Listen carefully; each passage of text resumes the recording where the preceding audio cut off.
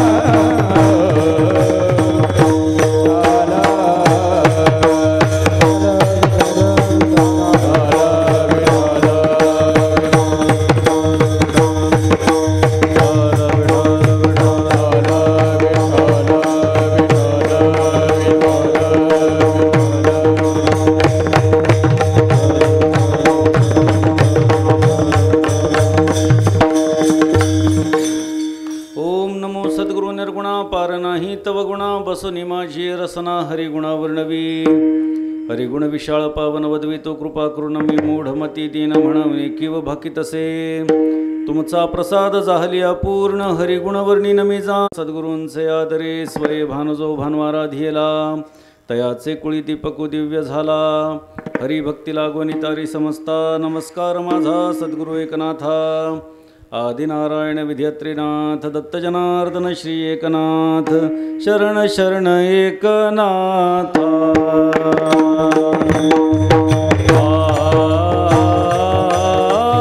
शरण शरण एकनाथ।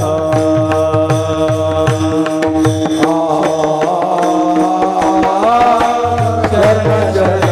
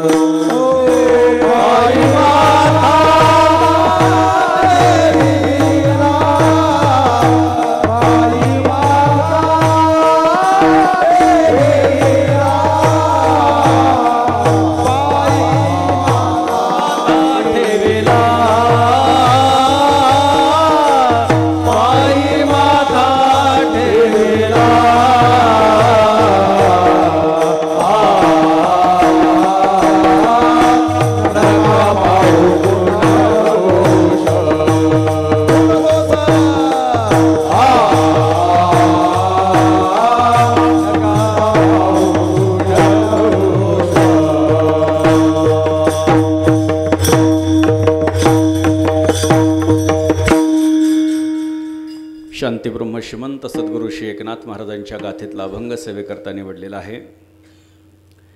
विनंती प्रकरणातला अभंग सेवेकरता निवडलेला आहे. संतांचं वर्णन करणारा विनंती परअभंग सेवेकरता निवडलेला आहे. वरवर पाहता जे पक्के वारकरी संप्रदायिक आहे, जे अनेक सप्ताहांमध्ये कीर्तन सेवा श्रवण करण्यासाठी जातात, त्यांना कदाचित हा प्रश्न पडला असेल की हा मागणीपर अभंग आज महाराजांनी का घेतला चौथ्या दिवशी. परंतु एक गोष्ट लक्षात घ्या, हा मागणीपर अभंग नाही, हा विनंतीपर अभंग आहे. मग काही जण म्हणतील विनंती काय आणि मागणी काय, फरक आहे. मागितल्यानंतर मिळालंच पाहिजे अशी भूमिका ज्यामध्ये असते ते मागणीपर अभंग समजा. आणि विनंती करून बघायची, दिलं तर दिलं, नाही तर आहे त्यामध्ये समाधानी आहे, याला म्हणायचं विनंतीपर अभंग. हा अभंग जर आपण बघितला, करी विनवणी पायापाशी हे शब्द जर एकनाथ महाराजांचे आपण बघितले तर आपल्याला लक्षात घेता येईल की हा अभंग हा विनंतीपर अभंग आहे. संतांचं वर्णन करणारा, मागणीपर वाटणारा परंतु विनंतीपर असणारा विठ्ठल विठ्ठल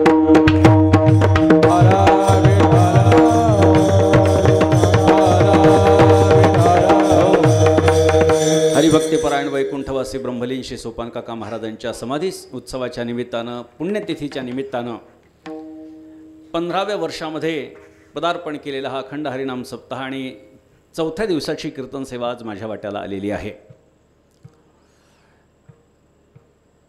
आपण मोठ्या उपस्थितीमध्ये हा कार्यक्रम करत आहात आणि मला हरिभक्तीपरायण माऊली महाराज मुळेकर यांचा फोन आला.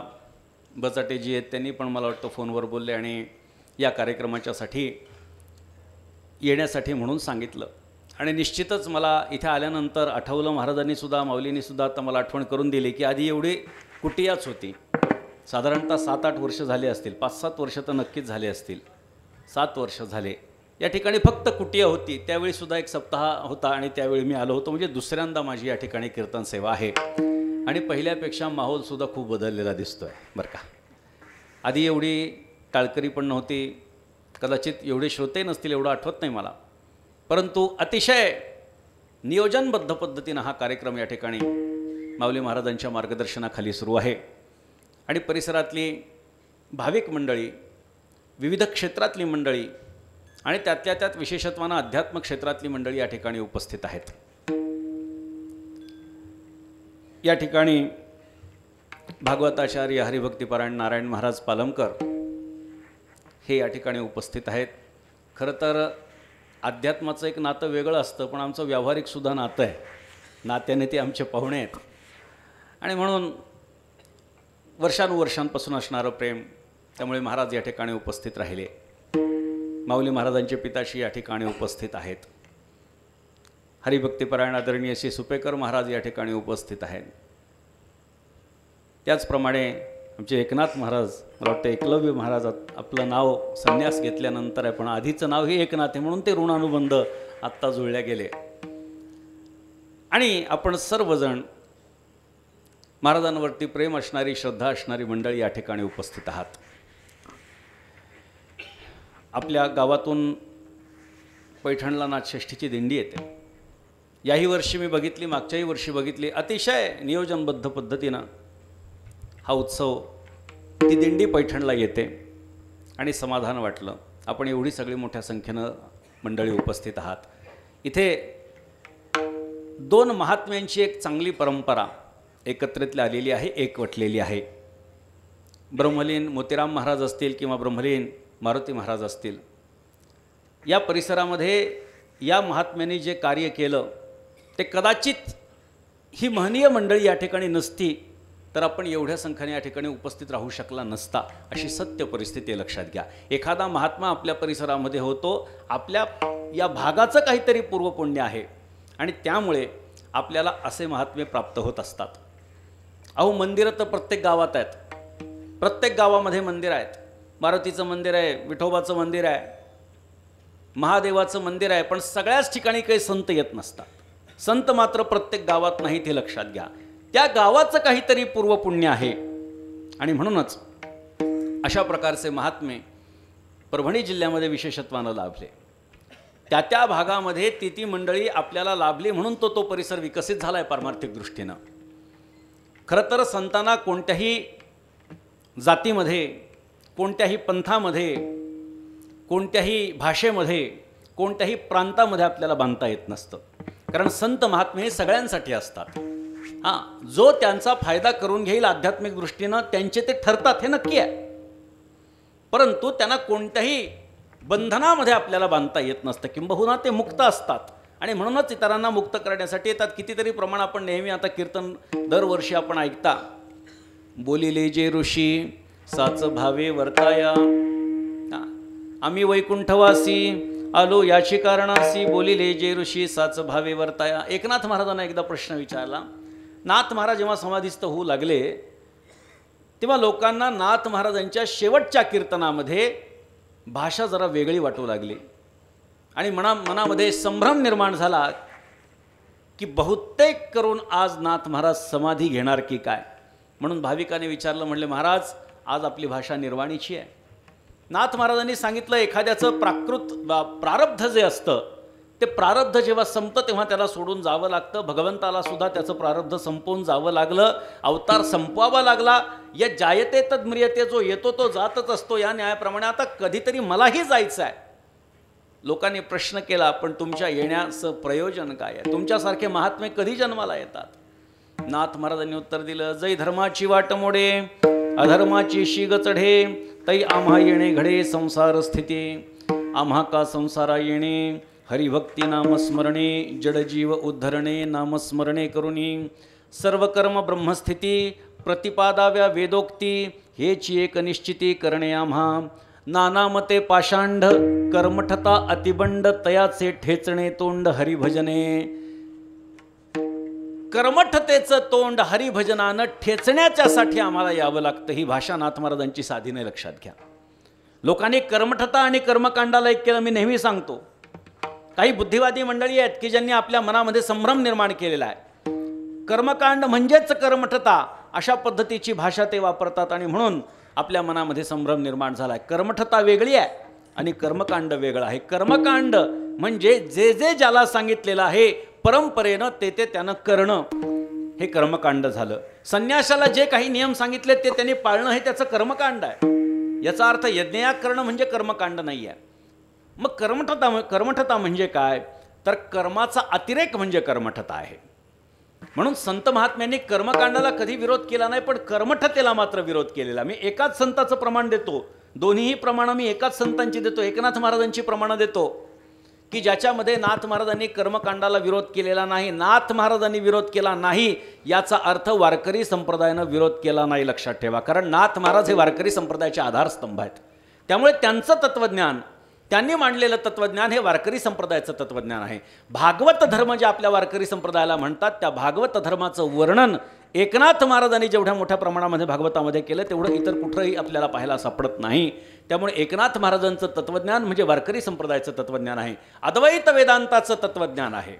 आणि त्या तत्त्वज्ञानामध्ये नाथ महाराजांनी अभंग पण लिहिलेले आहेत आणि अनेक ग्रंथावरती टीका देखील केलेली आहे, स्वतःच्या ओव्या देखील रचलेल्या आहेत. त्याच्यामध्ये नाथ महाराजांचा एक सुप्रसिद्ध अभंग आहे. नाथ महाराजांनी कर्मकांडाचं वर्णन करताना सांगितलंय, कोटी जन्म आम्ही करू हरी कथा, कोटी जन्म आम्ही करू हरी कथा, कर्मकांड माथा धरोनिया,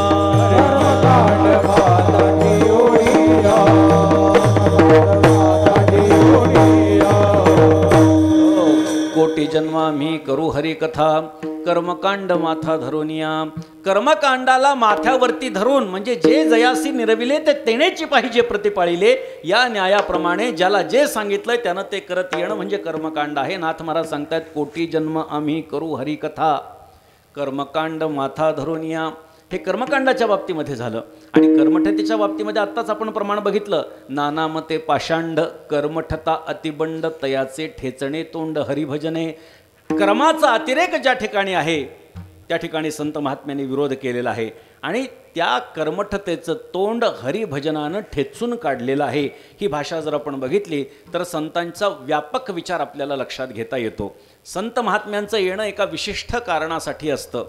खरं तर प्रत्येक जीवाचं येणं हे एका विशिष्ट कारणासाठी आहे, परंतु ते विशिष्ट कारण आपल्याला लक्षात राहत नाही, संत मात्र ते लक्षात ठेवत असतात. सामान्य जीवामध्ये आणि मनुष्य मात्रामध्ये फरकच हा आहे की आपण धर्मानं वागलं पाहिजे, ही भगवंताची आपल्याकडून अपेक्षा आहे.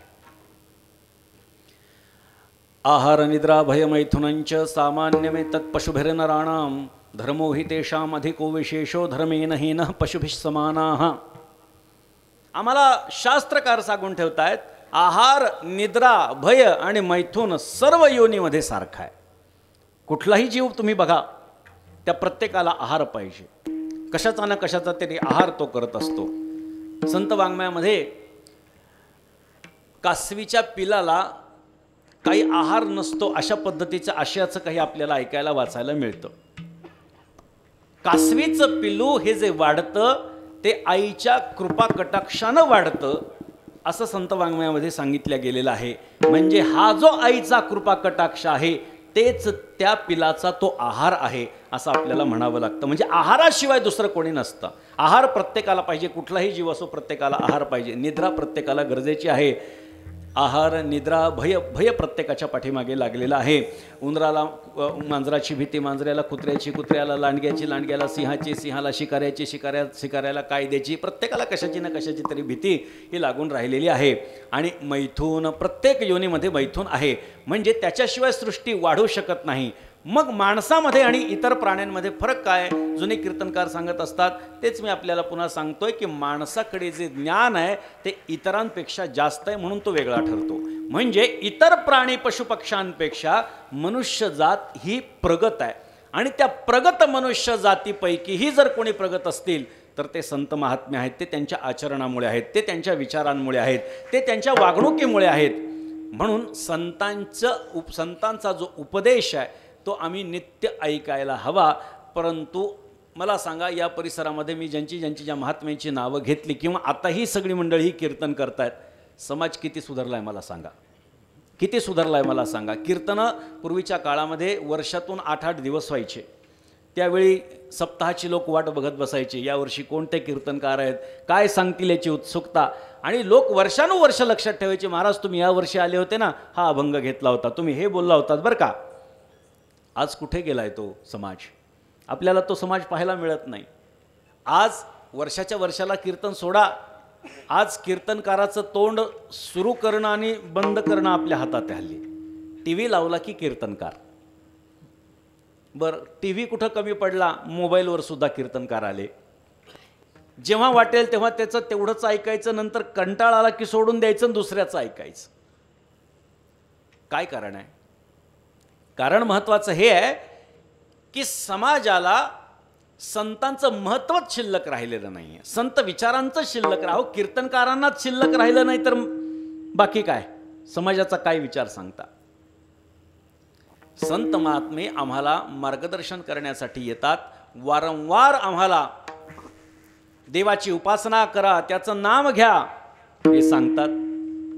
तुकोबारायांचा सुंदर अभंग आहे, देव घ्या कोणी, देव घ्या कोणी, देव घ्या कोणी, देव घ्या कोणी, देव घ्या कोणी, देव घ्या कोणी, देव घ्या कोणी, देव घ्या कोणी, देव घ्या कोणी, देव घ्या कोणी, देव घ्या कोणी, देव घ्या कोणी, देव घ्या कोणी,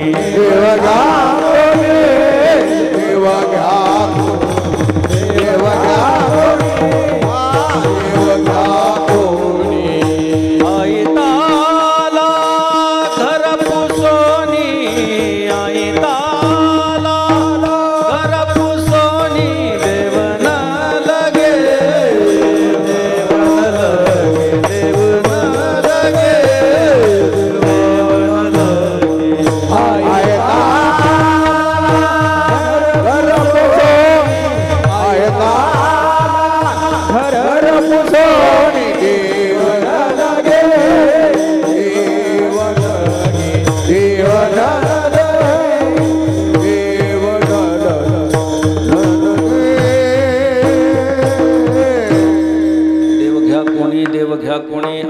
आला घर पुसोनी. संत महात्मे देवाला आपल्या दारापर्यंत घेऊन येतात, पण तुम्ही आम्ही कर्मदरिद्री आहोत. ते दारापर्यंत जरी भगवंताला घेऊन येत असतील तरी तुमचं आमचं उत्तर आहे, देव न लगे, देव न लगे का न लगे. साठवणींचे रुंदले जागे. त्याला जिथे साठवायचं ना ती जागा भरलेली आहे. मी नेहमी उदाहरण देतो, एखादी खाण्याची चांगली गोष्ट जर का आपल्याला एखाद्या बरणीमध्ये भरून ठेवायची असेल तर ती बरणी आपल्याला स्वच्छ करावी लागते. त्याच्याशिवाय खाण्याचे चांगले पदार्थ आपण त्याच्यामध्ये टाकू शकत नाही. तद्वत तो परमात्मा जर का हृदयामध्ये येऊन बसणार असेल तर ते हृदय किती शुद्ध असायला पाहिजे. परंतु ते आमचं हृदय हे विकारांनी बुजबुजलेलं आहे. मग अशा विकारानं बुजबुजलेल्या हृदयामध्ये तो कसा येऊ शकेल? तो येऊ शकणार नाही. संत महात्मे आम्हाला वारंवार देव घेण्याची मागणी करतात, परंतु तुम्ही आम्ही कर्मदरिद्री असल्यामुळे दुर्लक्ष करतो.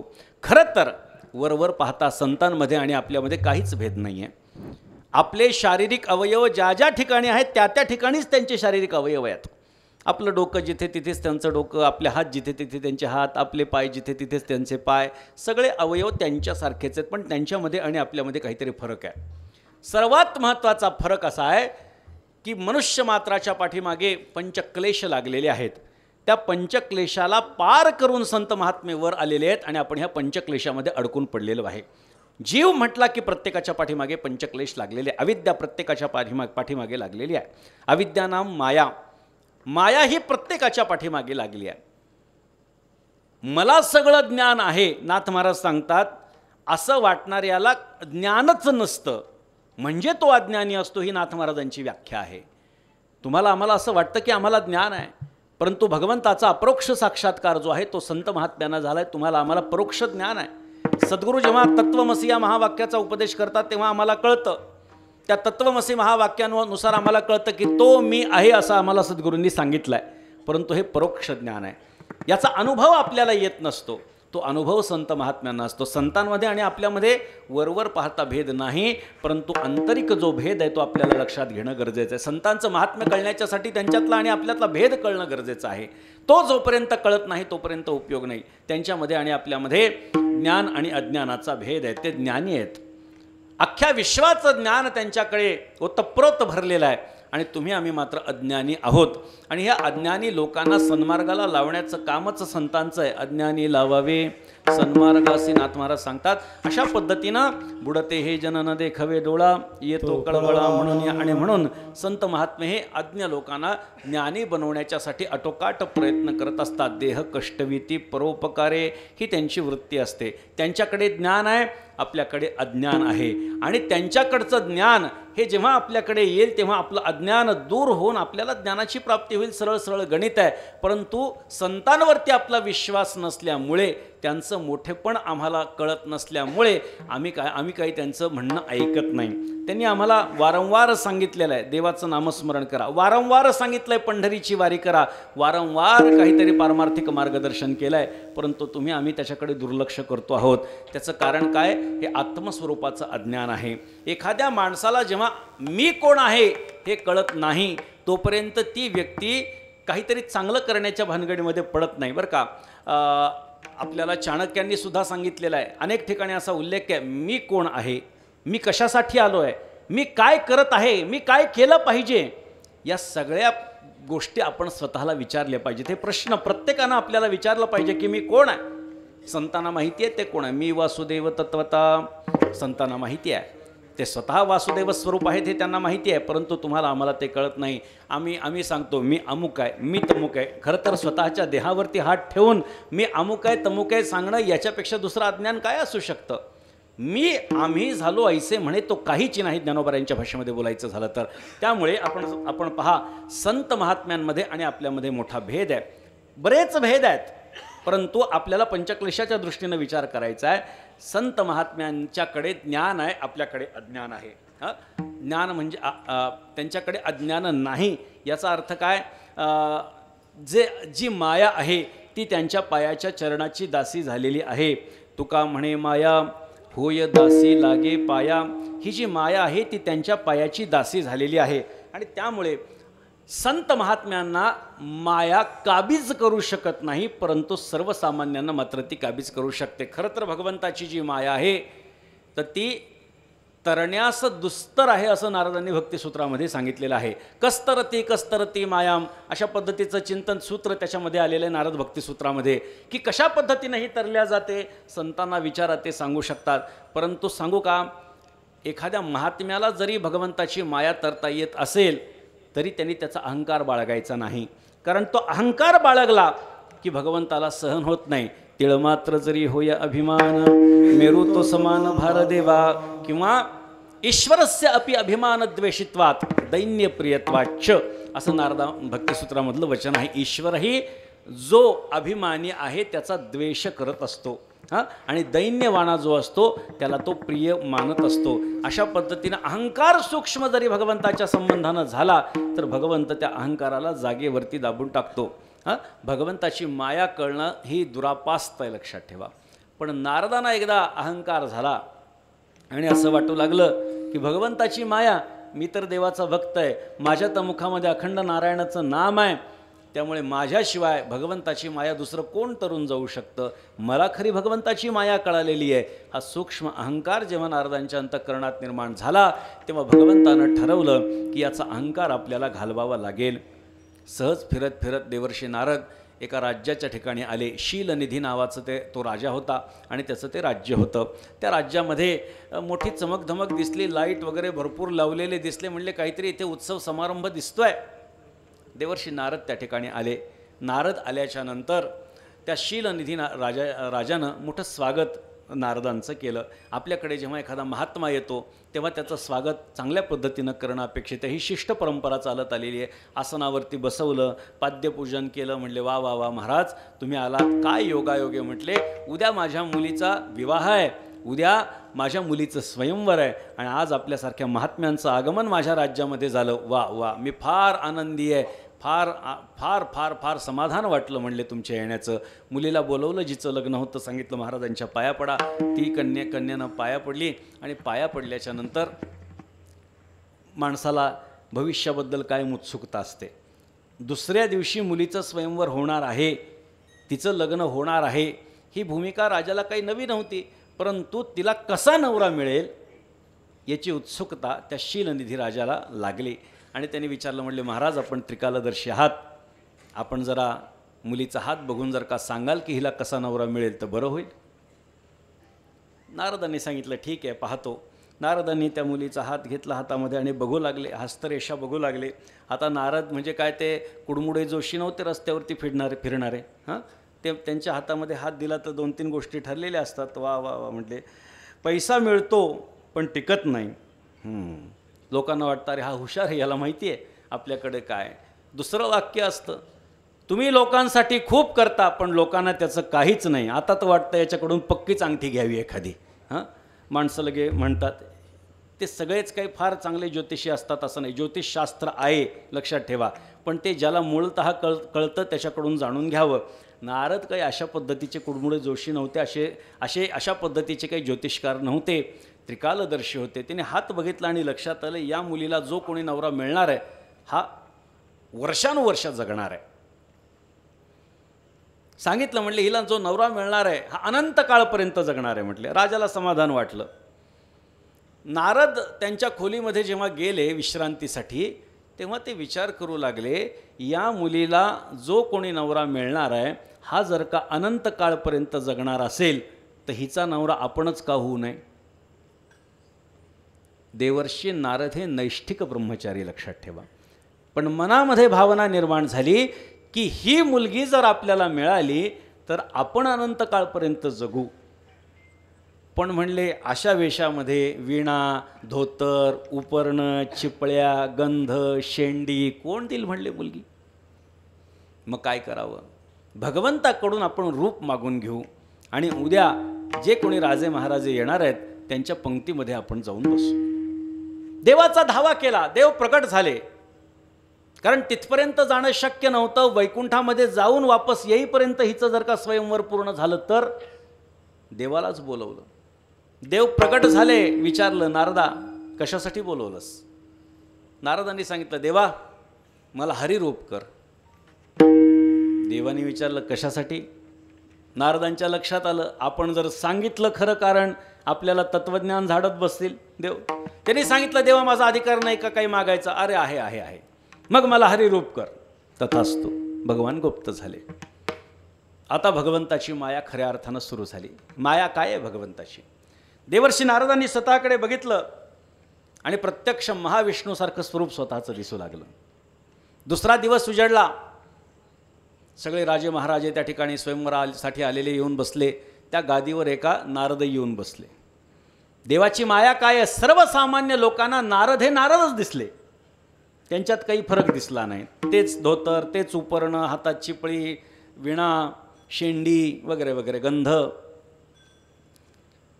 देवाचे जे काही गण होते त्या गणांना देवर्षी नारद हे हरिरूप म्हणजे वानर रूप दिसू लागले. हरी या शब्दाचा मराठीतला अर्थ वानर असा होतो, म्हणजे भगवान संस्कृतातला अर्थ वानर असा होतो.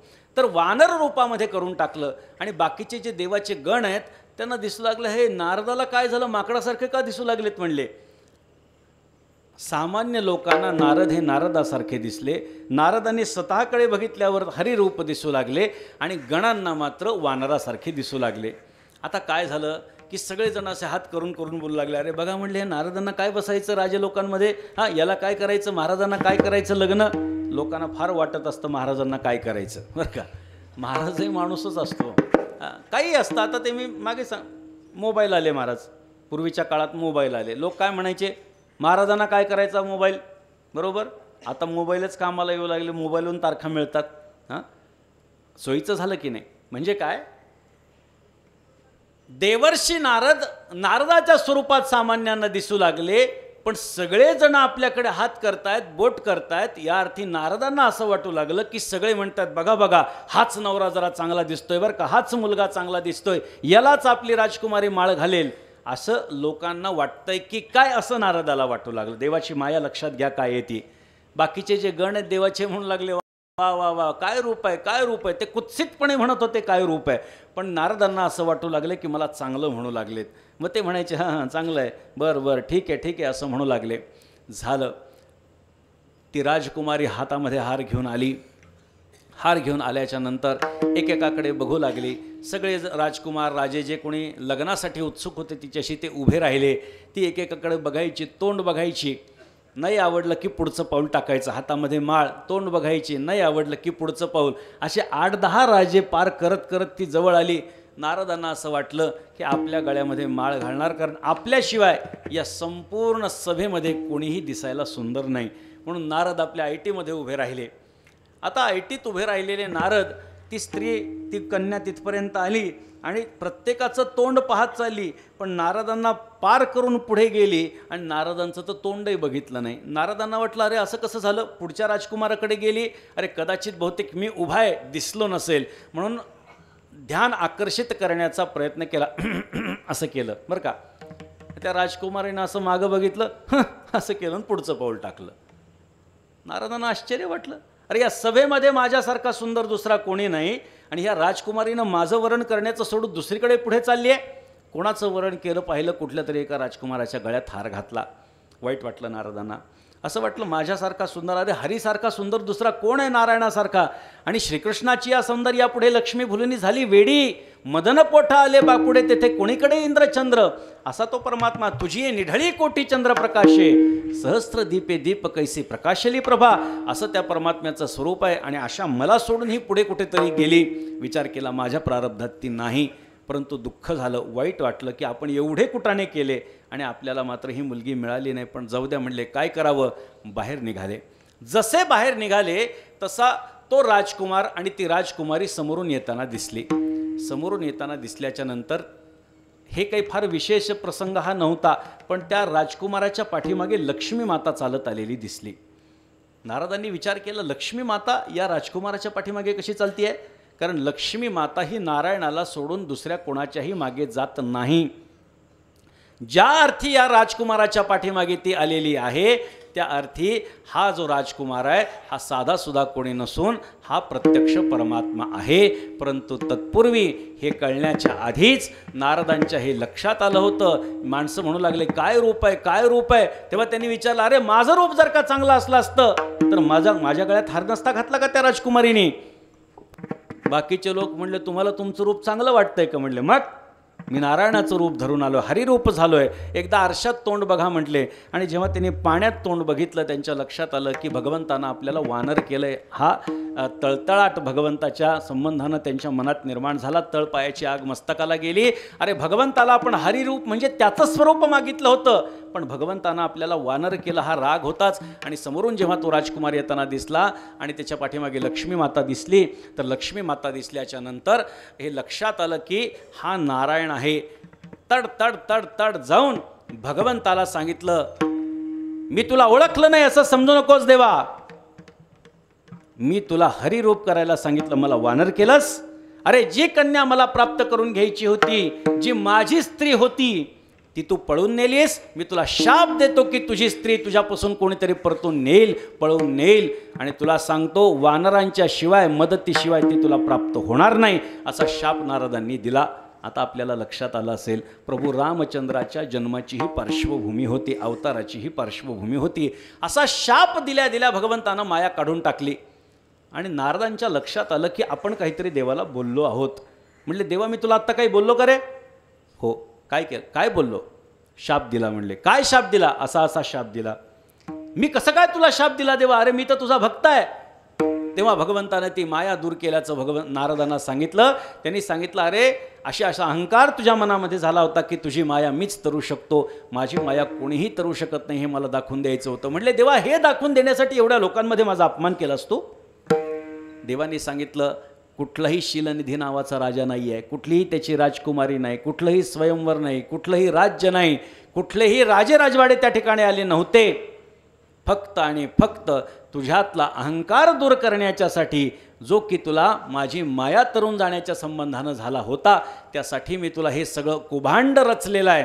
त्यामुळे माझी माया कोणीही तरून जाऊ शकत नाही, हे तू लक्षात ठेव. दृष्टांत संपला. मला सांगायचं काय, भगवंताची जी माया आहे ती कितीही मोठे असतील तरी त्यांना तरता येत नाही. परंतु संत महात्मे सांगतात, तुका म्हणे माया होय दासी लागे पाया. अविद्या, अस्मिता, राग, द्वेष आणि अभिनिवेश हे पंचक्लेश प्रत्येकाच्या पाठीमागे लागलेले आहेत. त्यापैकी अज्ञान जे आहे, जी भगवंताची माया आहे, ती तरुण संत महात्मे वर आलेले आहेत. आपण त्याच्यात अडकलेलो आहोत. अस्मिता म्हणजे बुद्धीचे धर्म अंतःकरणावर, अंतःकरणाचे धर्म बुद्धीवरती लादणं, हे तुम्हाला आम्हाला बाध्य आहे. परंतु संत महात्मे सांगतात, याचे यास त्याचे त्यास तुक्याने कास घातली. आता बुद्धीचे धर्म अंतःकरणावर आणि अंतःकरणाचे धर्म बुद्धीवर आता आम्ही लादणार नाहीत. म्हणजे अस्मिता सुद्धा संत महात्म्यांच्याकडे शिल्लक नाही. अस्मिता म्हणजे सामान्य भाषेत अस्मिता तुम्ही समजू नका. अस्मिता म्हणजे बुद्धीचे धर्म अंतःकरणावर, अंतःकरणाचे धर्म बुद्धीवरती लादणं. अविद्या, अस्मिता, रागही कोणाच्या संबंधानं नाही. आता राग हा शब्द आपण व्यवहारामध्ये क्रोध या अर्थानं घेतो, परंतु राग हा शब्द अनुराग या अर्थाने घेतला पाहिजे. म्हणजे प्रेम. कोणाच्या संबंधानं प्रेम, कोणाच्या संबंधाने आसक्ती धरायची का? नाही. भगवंतानं सांगितलं, येही संस्पर्शजा भोगा दुःखयोनय एवते आद्यंतवंतः कौंतेय न तेषु रमते बुधा. शहाणा मनुष्य अशा ठिकाणी रममाण होत नाही. आणि म्हणून अशा पद्धतीनं कोणाच्याही संबंधानं राग, अनुराग, प्रेम, आसक्ती संतांच्या ठिकाणी नसते. बाध्यता त्या ठिकाणी नसते. सर्वांवरती समान प्रेम करणारे संत असतात. अविद्या, अस्मिता, राग, द्वेष. बरं द्वेष कोणाचा करतात का? कोणाचाही नाही. सर्व भूतांचे ठाई द्वेषाते नेण्याची कही आपपरू नाही चैतन्या जैसा. चैतन्याच्या ठिकाणी ज्याप्रमाणे आपपर भाव नाही, त्याप्रमाणे संत महात्म्यांच्या ठिकाणी कोणीही हा आमचा नाही अशा प्रकारचा सर्वभूती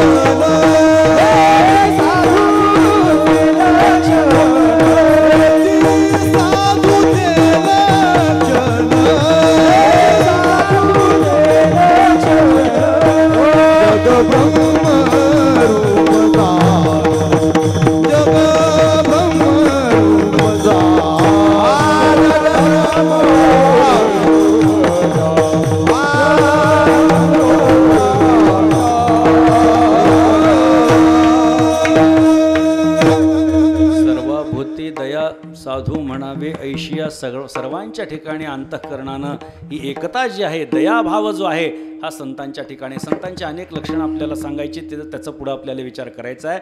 अविद्या, अस्मिता, राग, द्वेषही कोणाच्या ठिकाणी नाही.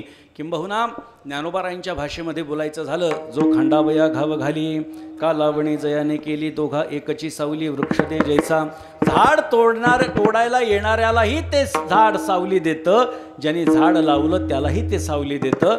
हा तोडायला आलाय म्हणून याला सावली द्यायची नाही असा विचार झाड करत नाही. तशा पद्धतीने जे कोणी आपल्याकडे येतील त्यांच्यावरती समदृष्टी ठेवणं हे संतांचं काम आहे. सर्वांवरती दया करणं हे संत महात्म्यांचं काम आहे.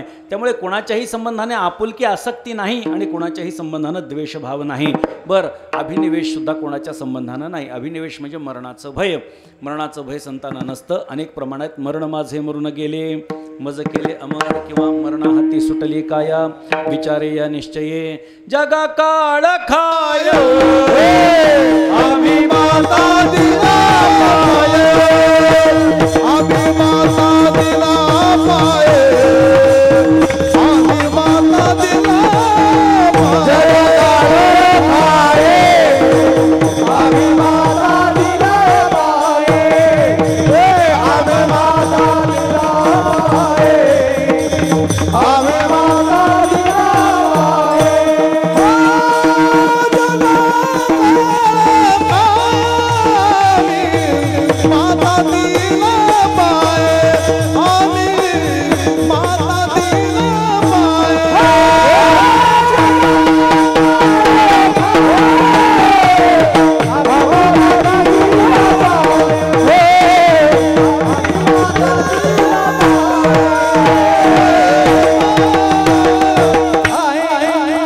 काळ खाय आम्ही माथा दिला पाय. अख्खं जग खाऊन टाकतोय तो काळ, परंतु संत महात्म्याने त्याच्या डोक्यावरती पाय दिलेला आहे. किंवा काळ रुळतो चरणी देव घरी वाहे पाणी. निळोबाराय नाथ महाराजांचं वर्णन करताना बोलतात, म्हणजे संत महात्मे हे काळाच्याही पुढे आहेत. म्हणजे पंचक्लेश ज्यानं आपलं जीवन बांधून टाकलेलं आहे ते संत महात्म्यांच्याकडे नाही. हा संतांमध्ये आणि आपल्यामध्ये वेगळेपणा आहे. म्हणून त्यांनी सांगितलेलं आपण ऐकलं पाहिजे. अशा पद्धतीचे जे संत आहेत त्यांची संगती आपल्या जीवनामध्ये अत्यंत महत्त्वाची आहे. परंतु गंमत अशी आहे, संत महात्म्यांची संगती घडणं ही काही साधी गोष्ट नाही आहे. आपण नेहमी ऐकणारी श्रोते आहात, आपल्याला सर्वांना माहिती आहे की संतांची संगत काही सोपी नाही, बहु अवघड आहे संत भेटी. संतांची भेट खूप अवघड आहे. संत महात्मे भेटच देत नाहीत, लक्षात ठेवा. संत महात्मे भेटच देत नाहीत.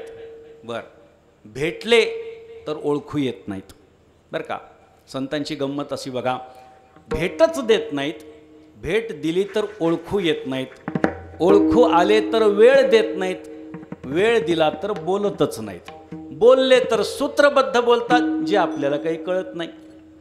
मग ज्याच्याकडे पूर्वपुण्य मोठ्या प्रमाणामध्ये, ज्यासी भगवत भक्तीची अतिगोडी त्यावरी भगवंताची आवडी, त्यांची भेट होय रोकडी जे पुण्याच्या कोडी तिष्ठती. पुण्याच्या राशी आपल्या ठिकाणी असाव्या लागतात, तेव्हाच आपल्याला संत महात्मे भेटतात. पूर्व पुण्य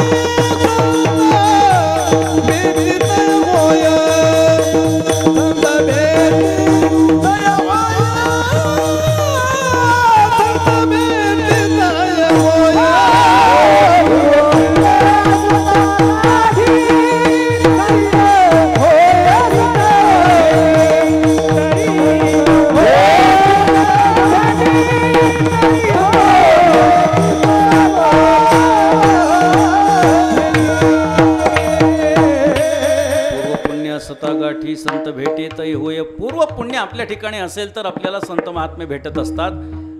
ओळखूच येत नाहीत, कारण सर्वसामान्याप्रमाणे वागत असतात. समुद्र नदी नव्हे पैगा, पाषाण म्हणू नये लिंगा संत नभती जगा, माणसा त्यासारखे. आणि माणसासारखे संत महात्मे नसतात. सामान्यपणे जरी ते वावरत असतील तरी ते संत असतातच असं नाही बरं का. आता गंमत बघा, नाथ महाराजांनी भागवतामध्ये एक मोठी यादी दिलेली आहे, बाह्य वेशधारी साधूंची ती यादी आहे. आपण जर का कुंभमेळ्यामध्ये गेलं तर आपल्याला असे साधू पाहायला मिळतात. अर्थात त्या कुंभमेळ्यातले सगळेच साधू काही साधू असतात असं नाही बरं का, पण सगळेच असाधू असतात असं पण मात्र नाही आहे. कारण त्यांच्या वृत्तीवरून आपण ते संत आहेत किंवा असंत आहेत हे आपण ठरवू शकत नाही. कारण संत कळण्यासाठी संत वृत्ती आपल्या अंतःकरणामध्ये असली पाहिजे तर आपल्याला संत ओळखू येत असतात. नाथ महाराजांनी मोठी यादी दिली आहे की त्यांना आपण साधारणतःपणे संत समजतो.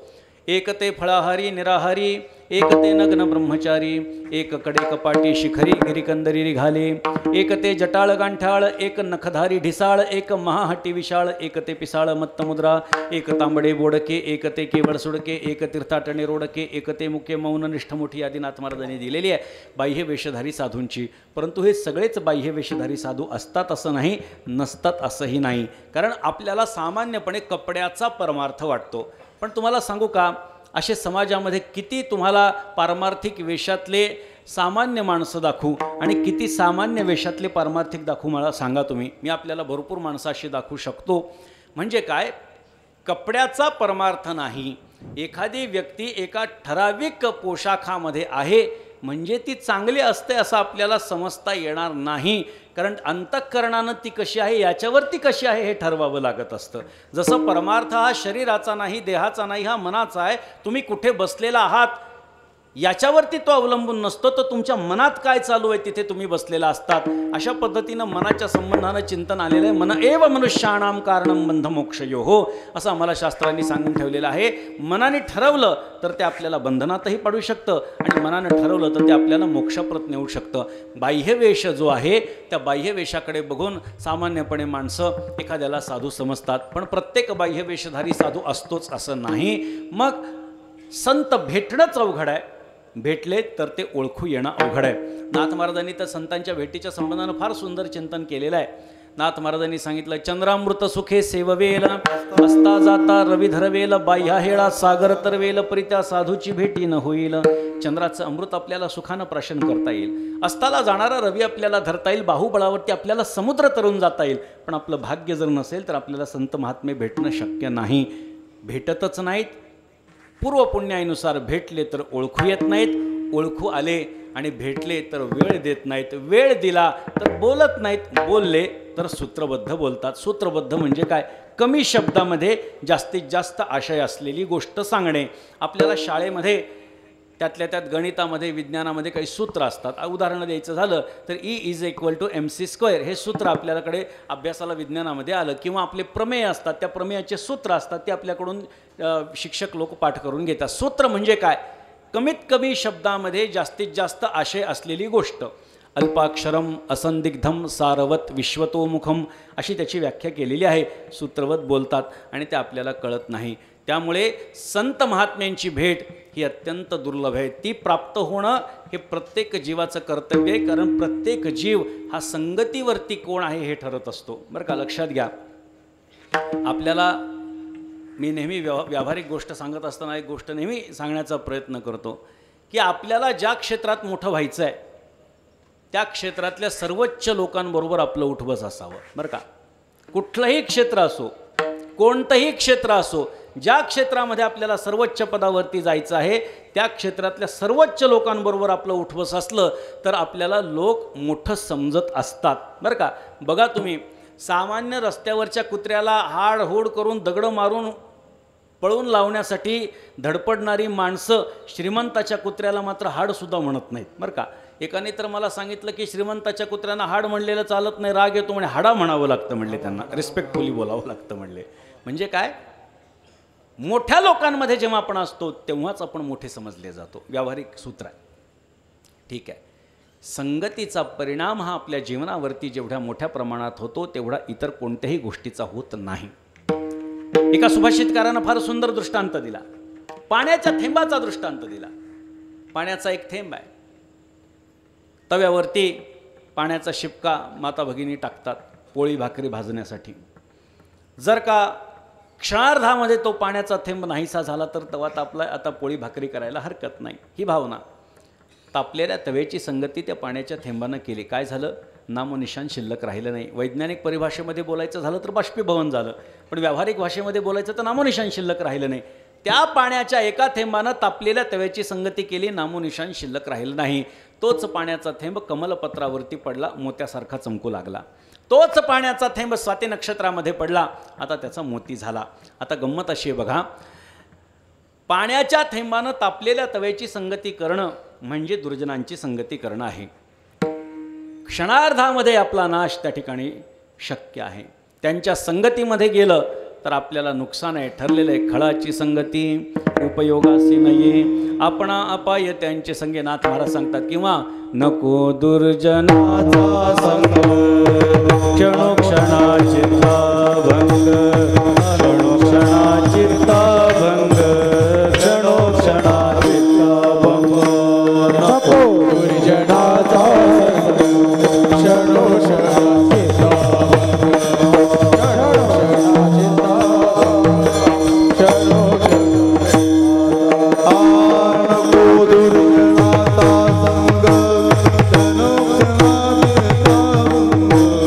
नको दुर्जनाचा संग,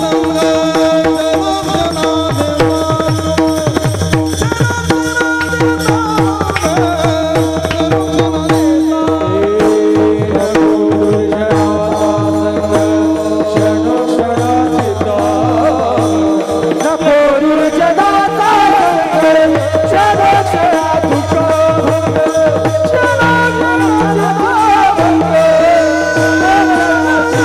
भंग,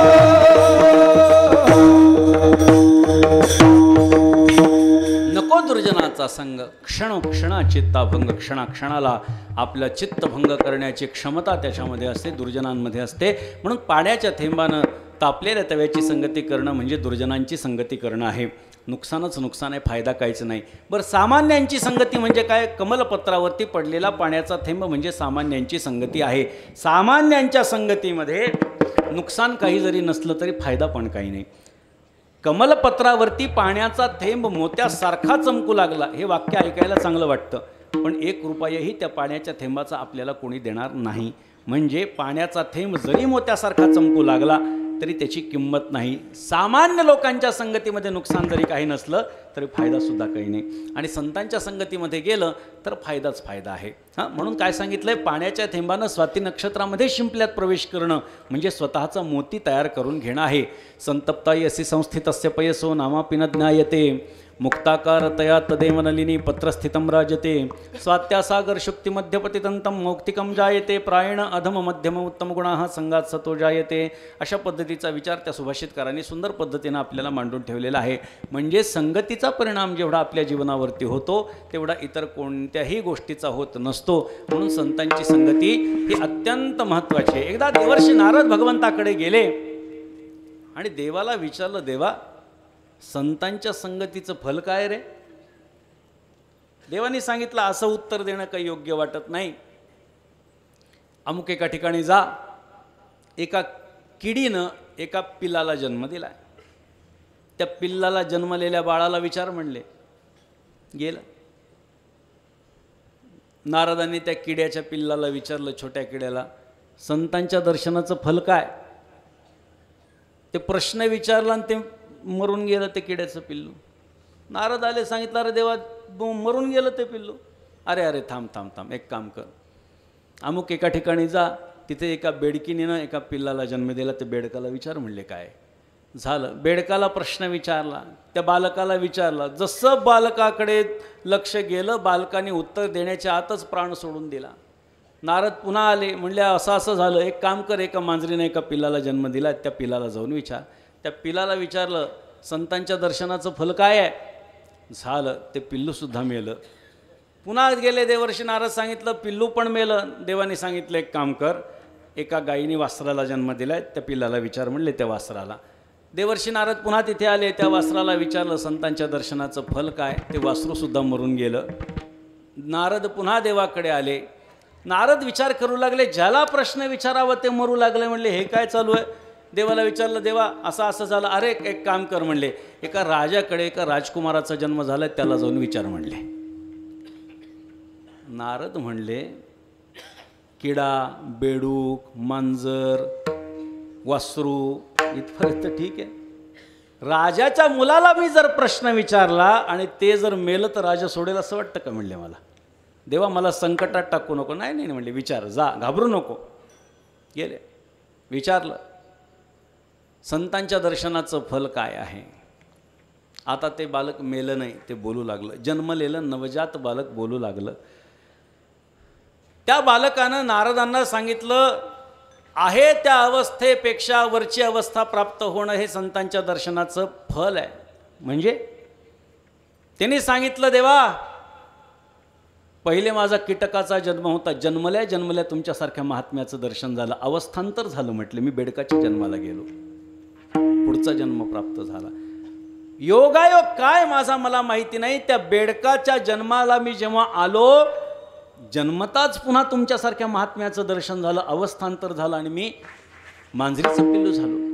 त्याही जन्मामध्ये तुमचं दर्शन झालं. मला वासराचा जन्म गायीच्या प्राप्त झाला. त्या गायीच्या वासराच्या जन्मामध्ये सुद्धा मी जन्माला आल्या आल्या तुमचं दर्शन झालं आणि राजाकडे माझं राजपुत्र म्हणून मी जन्माला आलो. माझी अवस्था काय होती म्हणले, देवा 84 लक्ष योनी फिरल्यानंतर मनुष्य देह प्राप्त होत असतो. तुमच्यासारख्या महात्म्यांच्या दर्शनानं 4 ते 5 जन्मामध्येच मी मनुष्य जन्माला प्राप्त झालो. हे संतांच्या संगतीचं फल आहे. आणि म्हणून अशा पद्धतीनं हे नाथ महाराजांना देखील माहीत असल्यामुळे भगवंताच्या समोर जेव्हा नाथ महाराज गेले तेव्हा विनंती केली आणि त्या विनंतीला भगवंतानं निश्चितपणे प्रतिसाद दिला. ती विनंती काय आहे? अभंगाचा अर्धक्षण घडता संतांचे संकट, अर्धक्षण घडता संतांचे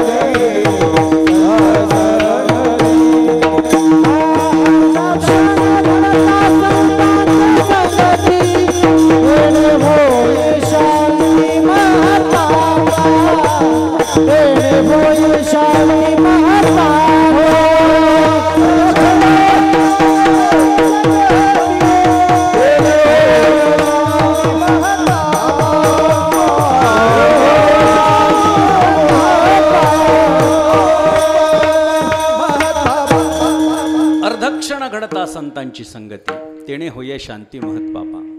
क्षणाचं महत्त्व आपल्याला नाही आहे. क्षणाचं महत्त्व कोणाला आहे?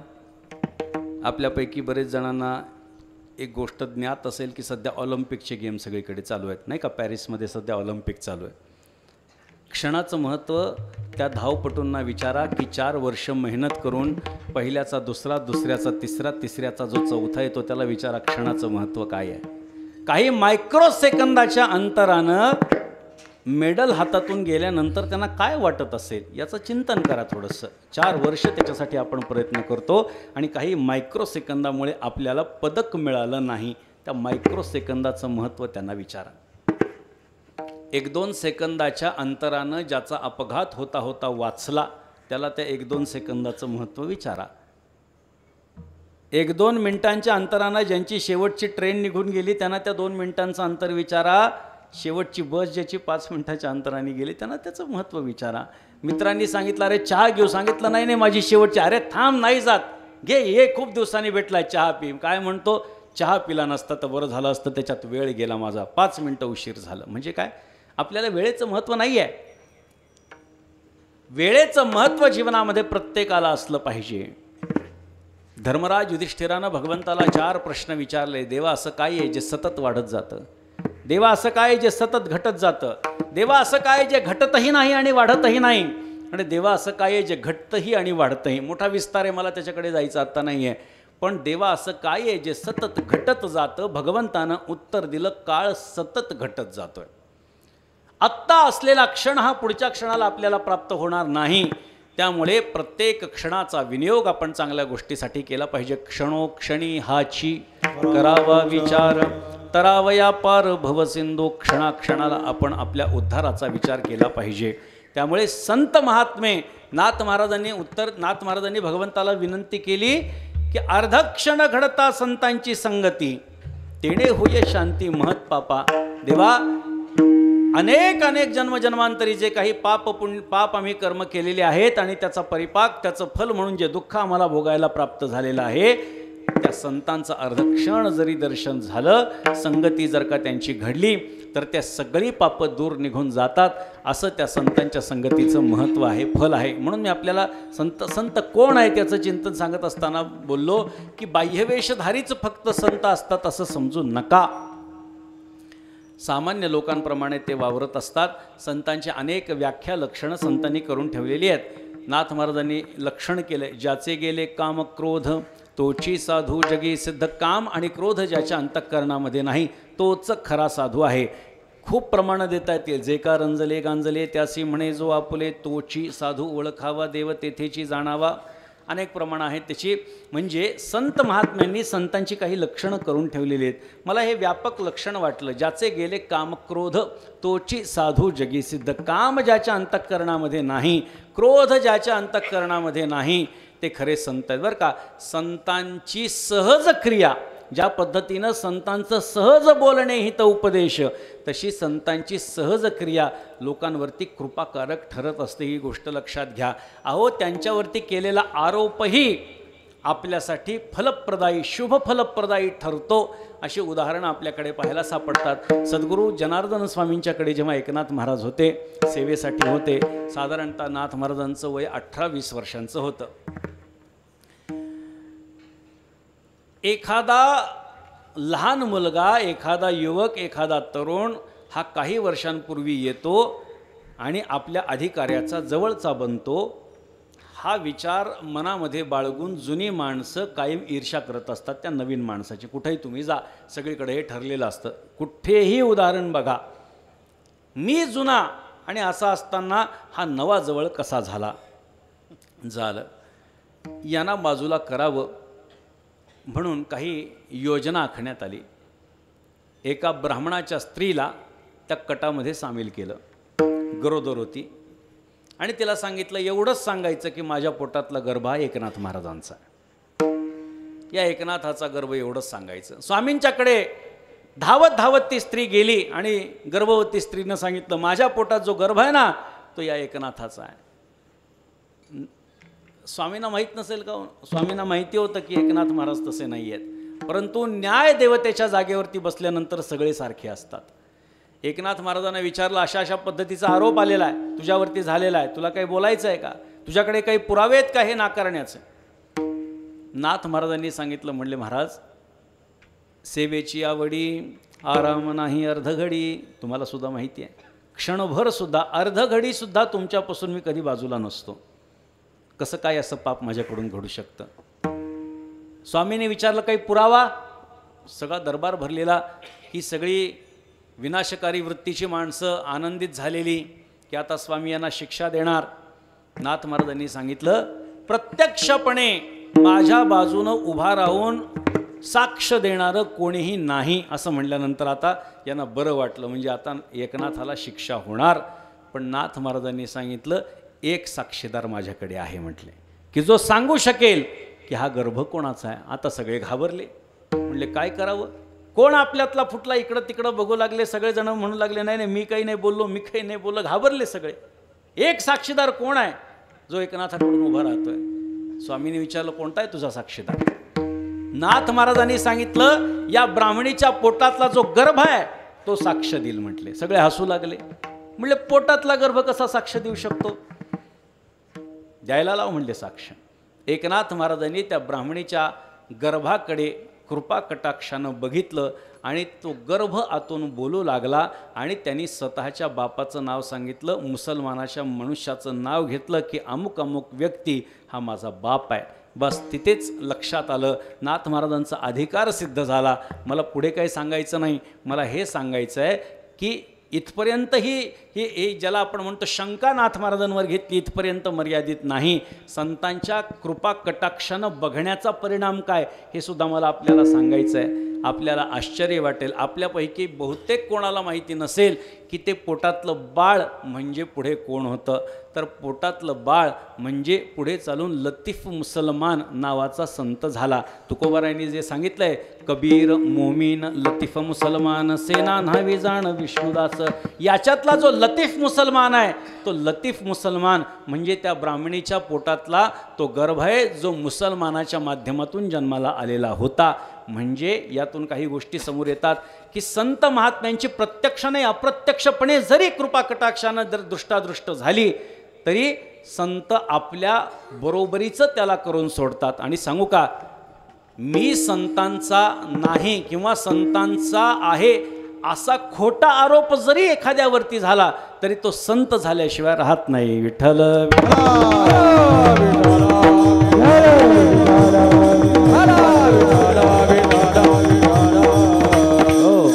त्यामुळे नाथ महाराज या ठिकाणी सांगतात, अर्धक्षण घडता संतांची संगती तेणे होय शांती महत्पापा. अर्धक्षण संतांची संगती घडली आणि पापापासून मुक्ती झाली. भागवतामध्ये दृष्टांत दिलेला आहे. गजेंद्र मोक्ष. गजेंद्र आपल्या साथीदारांसह आला. कथा आपल्याला सर्वांना माहिती असेल. आपल्या साथीदारांना घेऊन आला. तो तलाव जो होता तो एका नखराचा होता. नक्र म्हणजे मगर. त्या मगराला असं वाटलं की हा हत्ती गजेंद्र आला ते आला, मला न विचारता आला, साथीदारांना घेऊन आला, मला काही विचारलं नाही, याला अद्दल घडवली पाहिजे. बरं माझं पाणी गढूळ करून टाकलं, कारण काही हत्ती बाहेर जायचे, माती उडवायचे, पुन्हा पाण्यामध्ये यायचे, पुन्हा पाणी उडवायचे, पाणी गढूळ झालं, याला अद्दल घडवायला जाऊ म्हणून ते नक्र जेव्हा त्या गजेंद्राकडे आला तेव्हा मत्त अवस्थेतल्या त्या गजेंद्राचा पाय त्या नक्राच्या जबड्यावर पडला. नक्र चिडला आणि त्यांनी जोरात चावा घेतला त्या गजेंद्राच्या पायाला. आता गजेंद्राला असं वाटलं कुठला अडतूस फडतूस प्राणी झटकून फेकून देण्याचा प्रयत्न केला, पण काही सुटायला तयार नाही. कारण पाणी हे स्थान कोणाचं होतं? नक्राचं होतं. प्रत्येकाचं आपल्या आपल्या स्थानावरती वजन असतं नाही का. अहो कुत्र्याच्या सुद्धा गल्ल्या ठरलेल्या असतात नाही का. कुत्र्याच्या गल्ल्या ठरलेल्या असतात, त्या गल्लीच्या बाहेर तो जाऊ शकत नाही. अहो तुमच्याकडचा नेता आमच्याकडे चालत नाही, आमच्याकडचा तुमच्याकडे चालत नाही ना. त्याचा आणि याचा संबंध लावू नका, नाही तर काहीतरी वेगळं वाटायचं. हां म्हणजे काय, नक्र हा पाण्यातला असल्यामुळे त्याची ताकद जास्त. युद्ध सुरू झालं, बाकीचे धावून आले, आपला नेता आहे सोडवलं पाहिजे. पण बघितलं हा काही सुटायचं नाव घेत नाही, तोंड काही सोडत नाही. ते म्हणले याच्या नादी लागलं तर आपलं आयुष्य इथं बर्बाद व्हायचं, चला. गजेंद्र तो पशु आपते मोकलीला, आपताना त्याचा त्याग केला. गजेंद्र विचार करू लागला, अरे जना मी सामान्य प्राण्यांपासून गजेंद्र या अवस्थेपर्यंत आणलं, ज्यांची काही पात्रता नव्हती त्यांना एवढं मोठं केलं, आणि आज जेव्हा मला गरज पडली तेव्हा मला सोडून निघून गेले. मग काय, मी आता एकटा लढणार. दोघांचं लढाई दोघांची सुरू झाली, युद्ध सुरू झालं. आता युद्ध म्हणजे काय, नक्राच्या जबड्यातून गजेंद्र पाय सोडून घेण्याचा प्रयत्न करू लागला आणि नक्र काही सोडायला तयार नाही. एक क्षण असा आला, 1000 वर्षानंतर, 1000 वर्ष दोघांचं युद्ध चाललं म्हणे, भागवतकारांनी वर्णन केलेलं आहे. गजेंद्राला असं वाटलं आता या संकटातून मला भगवंताशिवाय दुसरं कोणी सोडवू शकत नाही. मग आता भगवंताला काही मागायचं म्हटल्यानंतर काहीतरी द्यावं लागतं. घेसी तेव्हा देसी ऐसा ससी उदार, काहीतरी द्यावं लागतं. त्या सरोवरामध्ये कमळ उगवलेलं होतं, आपल्या सोंडेमध्ये पकडलं आणि परमात्म्याकडे जो कोणी वासेल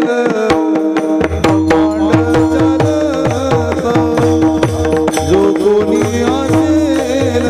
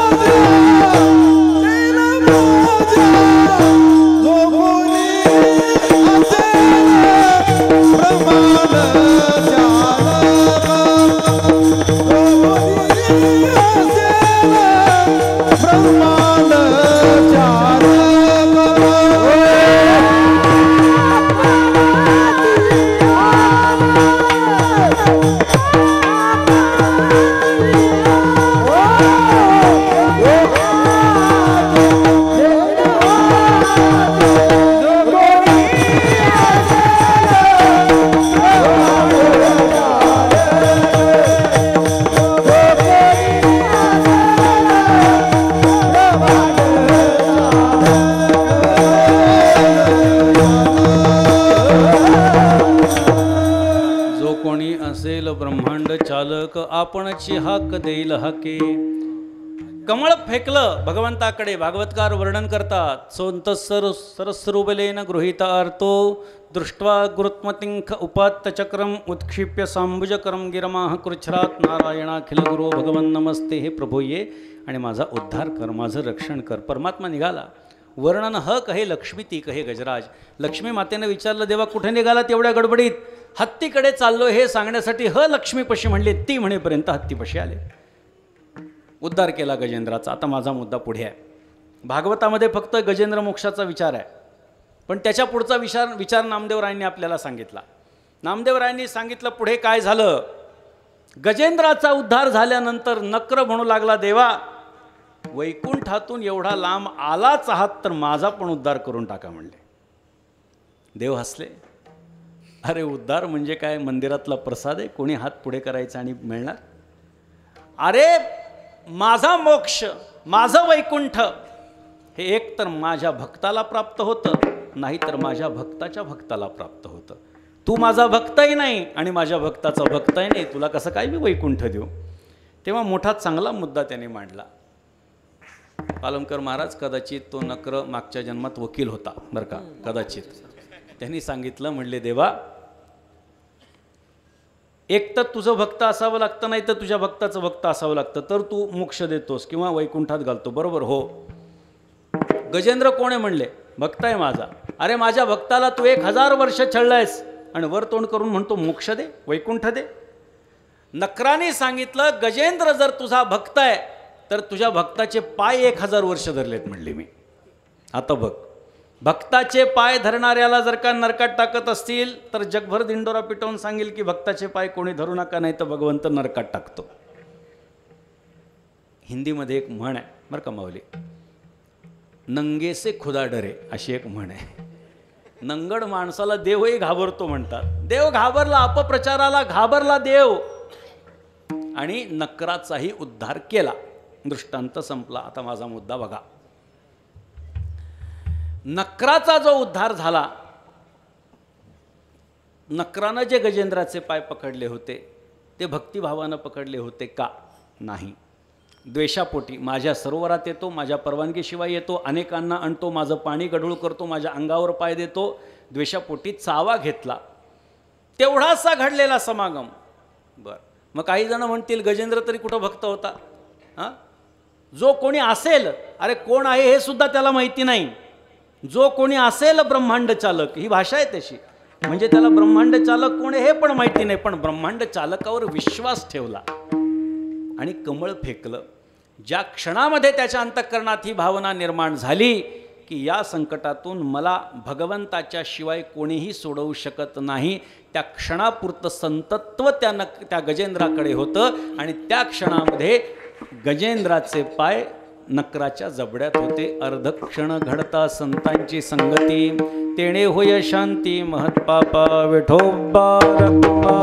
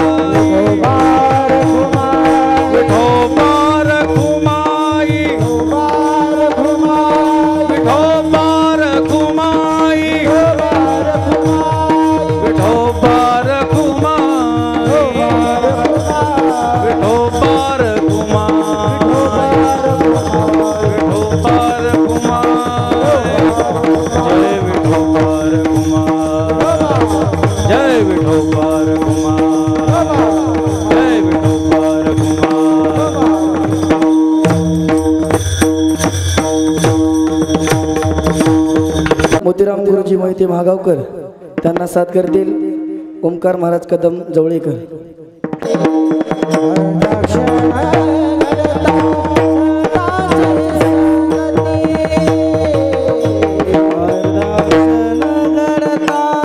संताची संगाती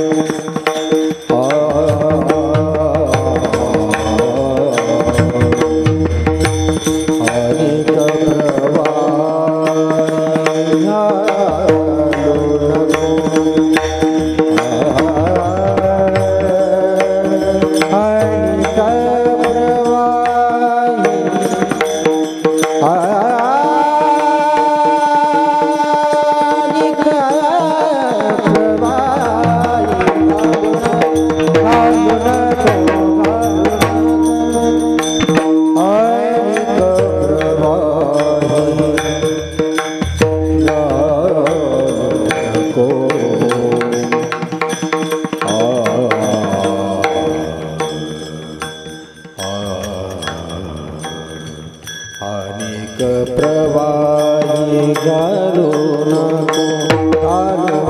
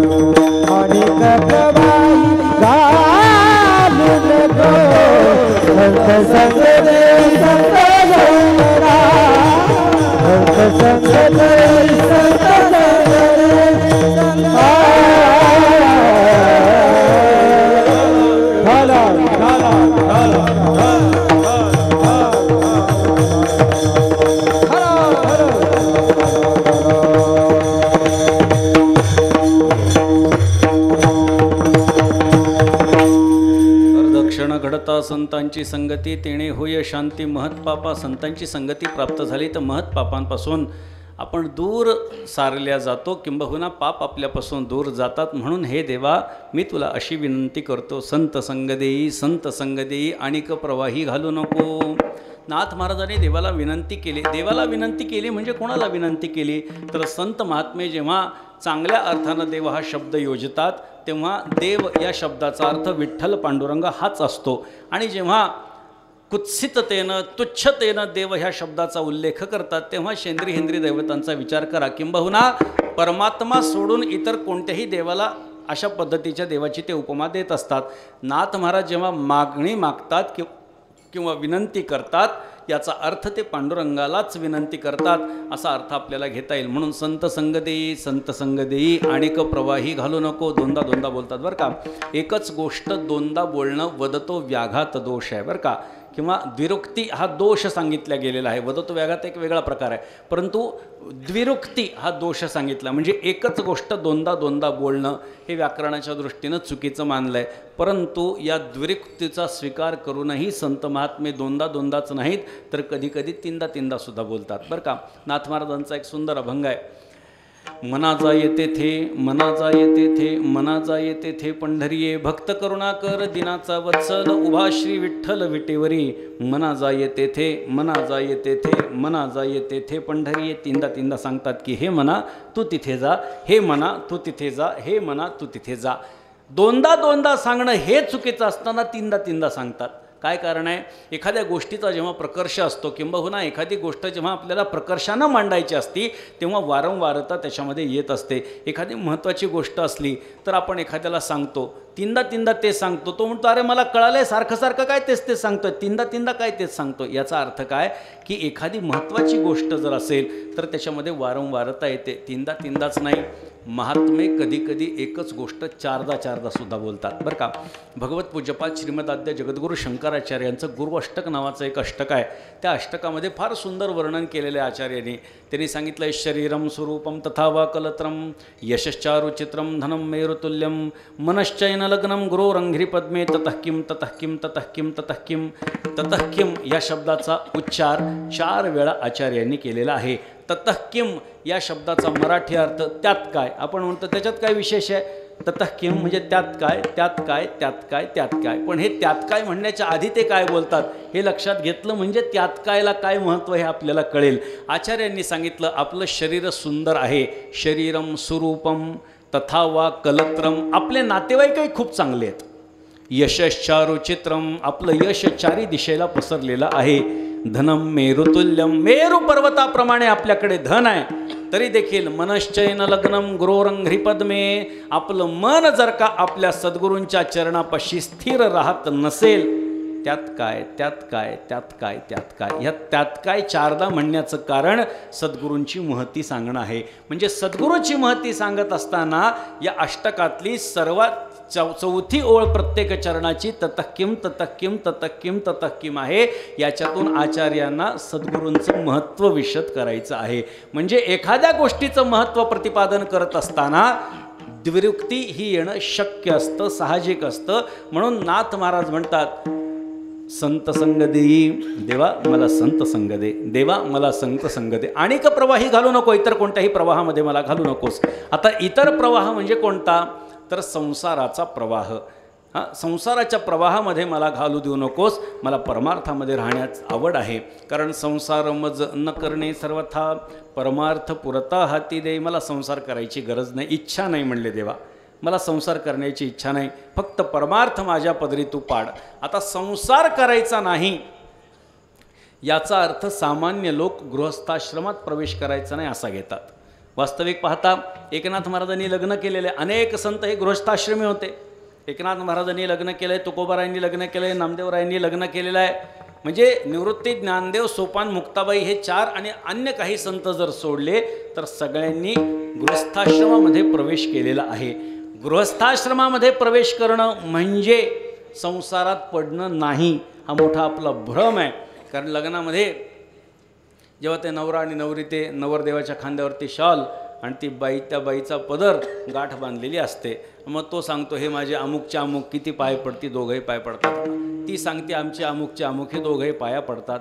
आता ते लग्नात पडलेलं जे पाया पडलेलं असतं ते आयुष्यातून एकदाच पडलेलं असतं, नंतर ते नातेवाईक हे भेटत नाहीत आणि तसा नमस्कारही कधी होत नाही. ते एकदा नमस्कार करायचं, मग लोक आशीर्वाद देतात, वेगवेगळ्या पद्धतीने बोलतात, वा वा वा म्हणतात. लक्ष्मीनारायणाचा जोडा आहे बरं का. आता लक्ष्मी कोणी पाहिली नाही, नारायण कोणी पाहिलं नाही, द्यायचं ठोकून. लक्ष्मीनारायणाचा जोडा आहे. काही जण म्हणतात वा आता संसारात पडला बरं का, म्हणजे याचा आधी आयुष्यभर काय परमार्थ करत होता का.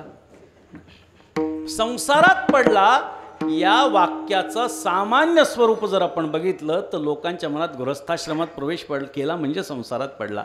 पण जन्माला येणं म्हणजे संसारात पडणं हे नाथ महाराजांसारख्या संतांना खोलून सांगण्याची उकलून सांगण्याची गरज नाही. म्हणून संसार मज न करणे सर्वथा बस. आता या देहाचे भोग आहेत, हे जीवन आहे, आता मला त्याच्यामध्ये काहीही रस शिल्लक राहिलेला नाही. या देहाच्या संबंधानं ज्या ज्या काही गोष्टी आहेत त्याच्या संबंधानं आता मला काही वाटत नाही. परमार्थ पुरता हाती देई जनार्दनाचा एका करुणावचनी करी विनवणी पायापाशी. नाथ महाराजांनी स्वतःचा उल्लेख या ठिकाणी जनार्दनाचा एका केलेला आहे. आपल्या सद्गुरूंच्या संबंधानं शिष्याच्या मनामध्ये काय भाव असावा हे एकनाथ महाराजांच्याकडे बघून आपल्याला शिकता येतं. कधीही आपल्याला एकनाथ म्हणे असा अभंग पाहायला सापडणार नाही, ऐकिवात मिळणार नाही.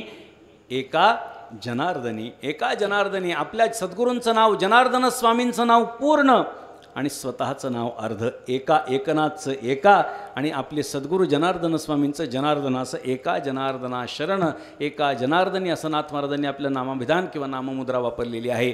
याच्यावरून आपल्या सद्गुरुदेवांच्या विषयी अंतःकरणामध्ये किती कळवळा, किती प्रेम, किती श्रद्धा, किती भक्ती आहे हे आपल्याला पाहायला मिळतं. म्हणून जनार्दनाचा एका करुणावचनी करी विनवणी पायापाशी तुझ्या देवा मी विनवणी करत आहे.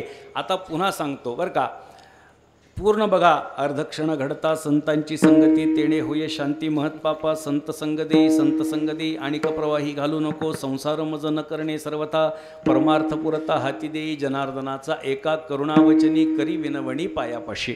याच्यात कुठेही आपल्याला देवाचा उल्लेख सापडणार नाही. मग नाथ महाराज देवाला मागतात कशावरून? ते आपल्या सद्गुरूंनाही मागू शकतात. त्यामुळे सद्गुरू असतील किंवा भगवंत असेल, नाथ महाराजांच्या दृष्टीने सद्गुरू आणि देव भिन्न नाही आहेत. गुरु परमात्मा परेशू ऐसा ज्याचा दृढ विश्वासो. नाथ महाराजांनी सांगितलं देवतयाचा अंकिला स्वये संचला त्याचे घरा. आणि म्हणून नाथ महाराजांनी सद्गुरूंना म्हणा किंवा भगवंताला म्हणा प्रार्थना केली जनार्दनाचा एका करुणावचनी करी विनवणी पायापाशी.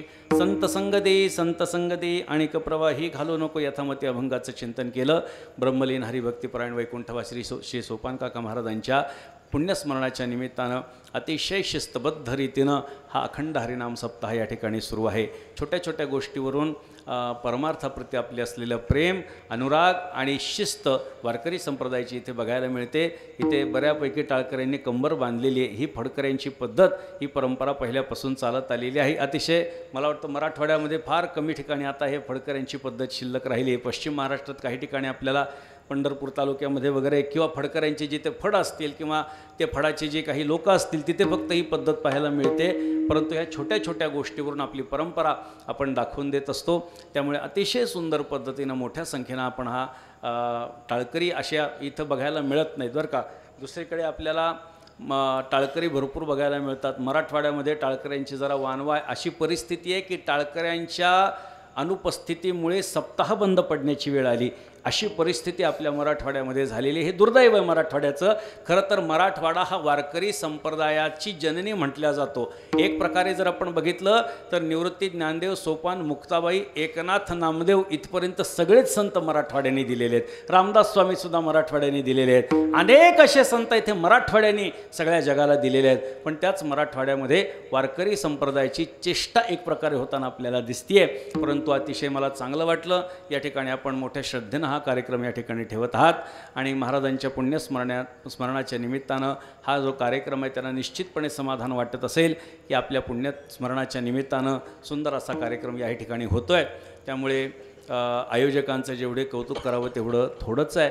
माऊली महाराजांनी मोठ्या शिताफीनं हे सगळं उभं केलेलं आहे, मला याची कल्पना आहे. अनेक वर्षांपासून मी त्यांना पाहत आलेलो आहे आणि त्यामुळे असं एखादं स्थान उभं करायचं म्हणल्यानंतर त्याच्या पाठीमागे मोठे कष्ट असतात आणि आपल्या सर्वांचं सहकार्य असल्यामुळे ह्या सगळ्या गोष्टी शक्य होतात. त्यामुळे यथामती अभंगाचं चिंतन केलं. झालेली सेवा शांतीब्रह्म श्रीमंत श्री एकनाथ महाराजांच्या चरणी आणि तुम्हा सर्व सज्जनवृंदांच्या चरणी समर्पित करतो आणि माझ्या वाणीला पूर्णविराम देतो. खरं तर इथे कीर्तन करण्याचा जो प्रकार आहे परभणी जिल्ह्यात त्यातल्या त्यात जर आपण बघितलं तर 4 तास 5 तास 6 तास रात्र कीर्तन चालत होते. ही माझ्या ऐकिवात आहे. त्यामुळे मी अजून 2 तास वाढवलं तर आपण काय हलणार नाही त्याची मला खात्री आहे, नाही का. पण तसं नको. शेवटच्या दिवशीसुद्धा रात्रभर इथं कीर्तन आहे, हेच लक्षात घ्या. ही आपल्या पूर्वसुरींनी घालून दिलेली प्रथा आहे आणि त्यामुळे त्या प्रथेतही आपण एवढं आपली व्यस्तता असताना आपण वेळ काढून या ठिकाणी अशा कार्यक्रमाला आपण अध्यात्माच्या कार्यक्रमाला परमार्थाच्या कार्यक्रमाला वेळ देत आहे. अत्यंत महत्त्वाची बाब आहे. असो, उत्तरोत्तर या स्थानाची प्रगती होत जावं अशी प्रार्थना शांतीब्रह्म एकनाथ महाराजांच्या चरणी करतो आणि माझ्या वाणीला पूर्णविराम देतो. एकवार संतांचं सर्वांनी भजन करा. भानुदास एकनाथ, भानुदास एकनाथ, भानुदास एकनाथ, भानुदास एकनाथ, भानुदास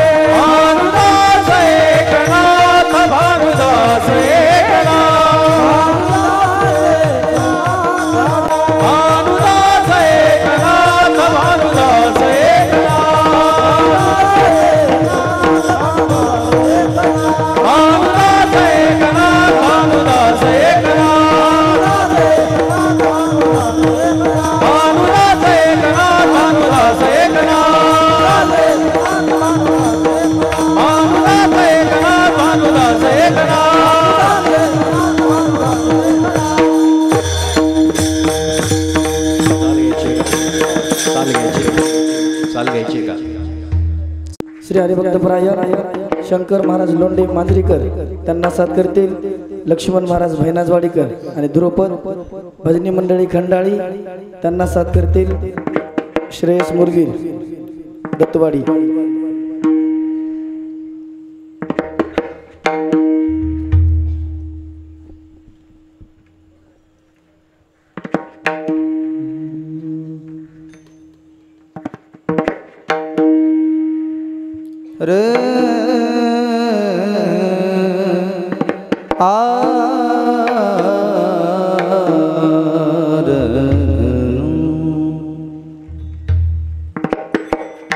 जनार्दनाचा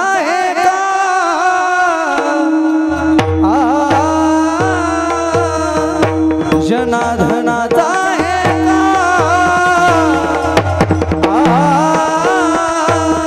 करुणा वचने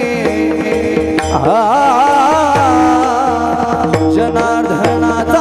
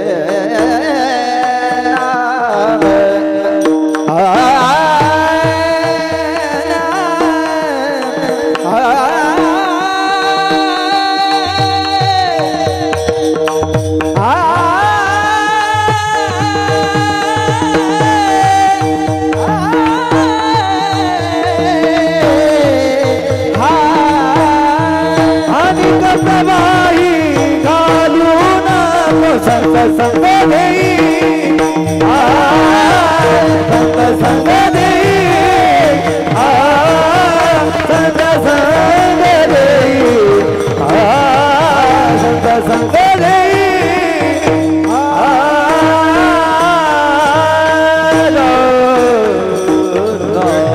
जय जय विठ्ठल जय जय विठ्ठल कुंडली कवरला हरी विठ्ठल श्री हरे जय जय विठ्ठल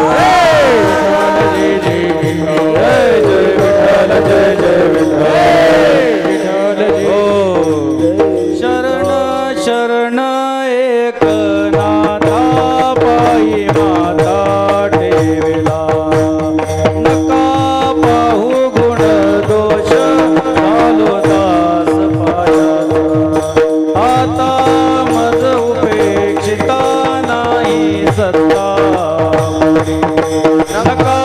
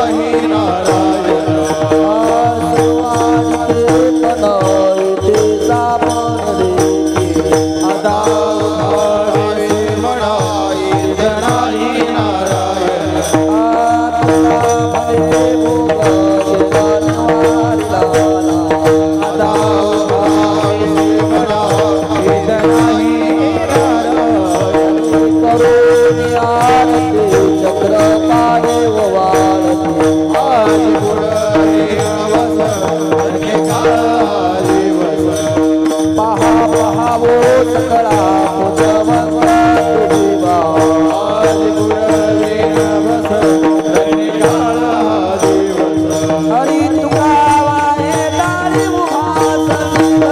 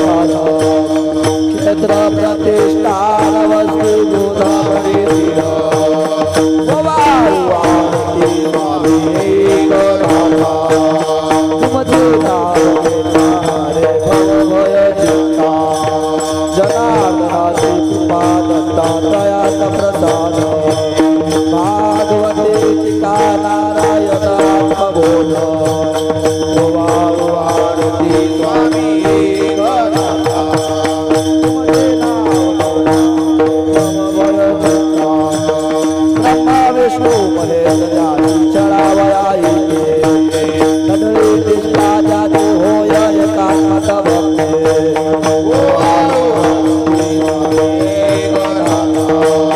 तुमचे नाव